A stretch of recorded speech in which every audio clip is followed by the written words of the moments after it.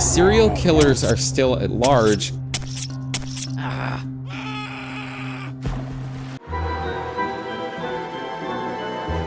Lopez was born in Colombia in 1948 to a poor family with 13 children. His childhood reads like a how to create a serial killer checklist. A mother who worked as a prostitute, a father who vanished early, and at age 8 he was kicked out of the house for touching his sister. Yes, really. From the very beginning, Lopez showed disturbing signs. While wandering the streets of Bogotá, Lopez was taken in by a supposedly kind man. That man then did things to the boy repeatedly. Lopez eventually escaped, living as a homeless child, begging, stealing, and learning one harsh lesson: no one in this world cares about you. At 18, he landed in prison for stealing a car. And in prison, the nightmare repeated. 2 inmates assaulted him. But this time, Lopez didn't run. He found a metal spoon, sharpened it over days, and waited. One night, those 2 inmates never woke up again. Lopez received an extra 2-year sentence for murder, but also earned a twisted kind of respect behind bars. No one dared touch him after that. His first major lesson: violence works, and violence brings power. After his release, Lopez began his career, targeting girls aged 8-12 across Peru, Colombia, and Ecuador. He drifted through poor towns where missing children were sadly common and rarely investigated. He lured victims with gifts, money, or simply exploited their innocence. Lopez didn't just kill, he followed a chilling routine: stalking, abducting, assaulting, killing, then burying or dumping the bodies in remote spots. At his peak, he was killing 3 girls a week. Simple math, over 150 victims a year, if his claims were true. In 1980, a flood in Ecuador uncovered dozens of children's bodies. Police finally began to investigate. Around the same time Lopez was caught trying to abduct a girl, an angry crowd nearly beat him to death on the spot. Luckily, or unluckily for the world, the police arrived in time. At first, Lopez denied everything, but after a pastor convinced him to confess to save his soul, Lopez described in detail more than 300 murders. He guided police to 53 burial sites. Many remains matched long missing children.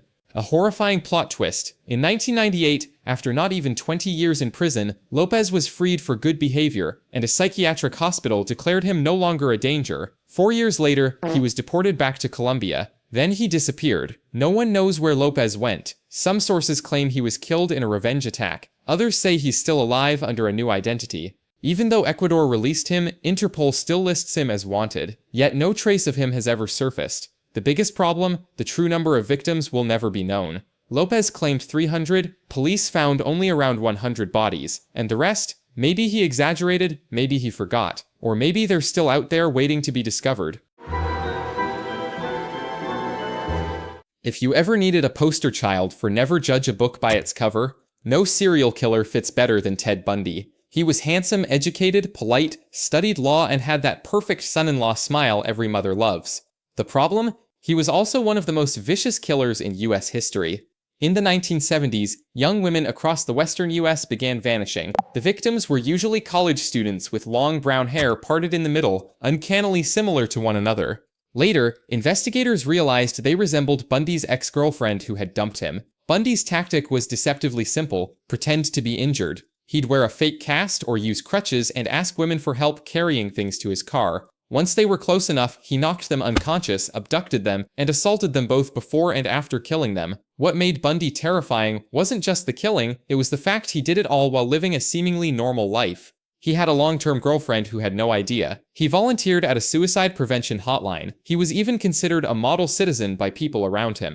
By 1975, Bundy's luck began to run out. One August night, Utah police spotted a tan Volkswagen Beetle speeding away at the sight of their patrol car. They chased it down, arrested Bundy, and searched the vehicle. Inside, handcuffs, rope, a crowbar, a trash bag, and a ski mask in the middle of summer. In other words, a full kidnapping kit. Bundy calmly explained, "Oh, I was just out for a drive." Police weren't convinced, but they still lacked enough evidence to charge him with murder.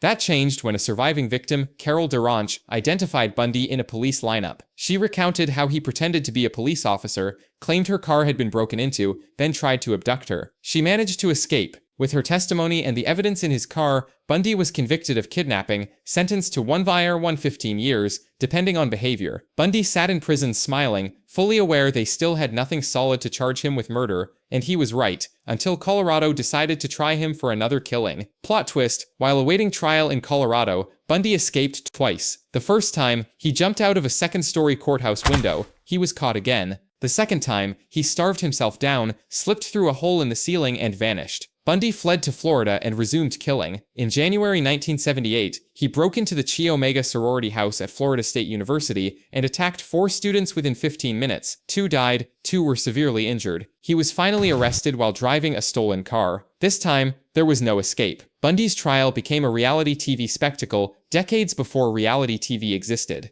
He represented himself because he knew law, acted charming, even flirted with women in the courtroom. Some women sent him love letters, some even wanted to marry him. This is what's truly terrifying about Ted Bundy. He was frighteningly good at pretending to be a good person. Even after he was sentenced to death, some people still believed he was innocent. Before his execution in 1989, Bundy confessed to killing 30 people, but investigators believe the real number may be closer to 100. Many victims' bodies were never found. Most killers try to disappear after a murder. They run, burn evidence, and pray they won't get caught. But the Zodiac? He mailed newspapers saying, "Hey, I just killed someone, here's a puzzle. Think you can solve it?"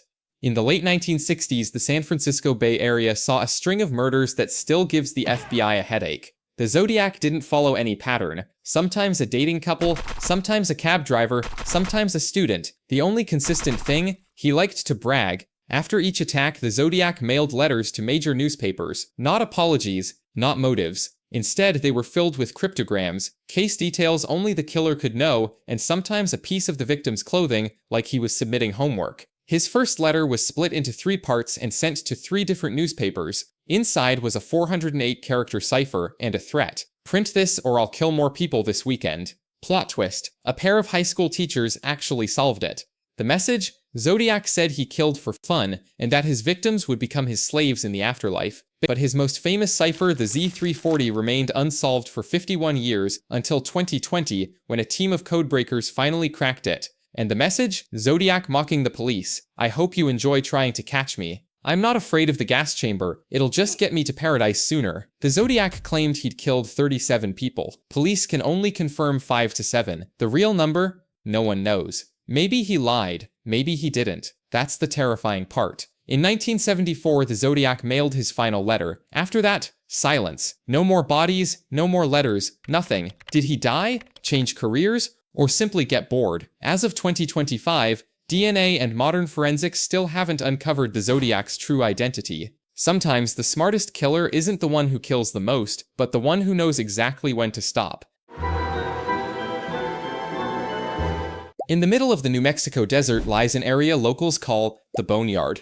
It's not a movie title, it's the real name, because for 2 decades people kept finding human bones there. From the 1980s to the early 2000s, women began disappearing around Albuquerque and the nearby towns. Most were sex workers, homeless women, or drug-addicted women. People society rarely notices when they vanish. Bodies were found scattered across the desert, often reduced to bone. No clear trace, no witnesses. The killer seemed like a ghost, murdering, burying, then disappearing without a footprint. Police suspected a serial killer, but lacked the evidence to prove it. Each case was too spread out in time and location. DNA technology wasn't advanced enough back then, and the files slowly went cold. In 2009, a shocking discovery was made. 11 bodies were found near a construction site on West Mesa, Albuquerque. Most were young women. Some had been missing since the early 2000s. DNA identified several victims, all of them sharing the same background: sex work or drug involvement. The scary part? Investigators believe the killer may have operated for over 20 years without being caught. He knew how to choose victims no one would search for. He knew the desert well enough to hide bodies where almost no one would stumble upon them. And most importantly, he was patient. Police did have a few main suspects.